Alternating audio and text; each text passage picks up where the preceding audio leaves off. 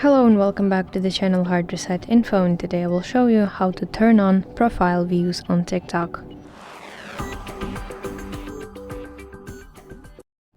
Open TikTok on your device and then go to your profile at the bottom side of the screen, and here in the top right corner near the menu icon you see this shoes icon, so tap on it and this is basically viewer history.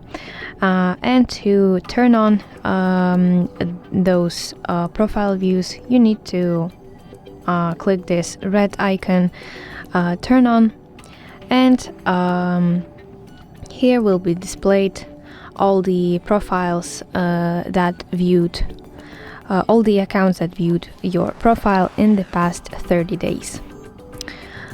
And here is a little note that only those who have turned on this setting will be shown.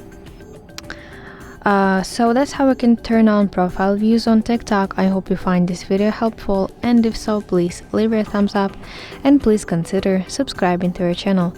See you soon. Bye bye.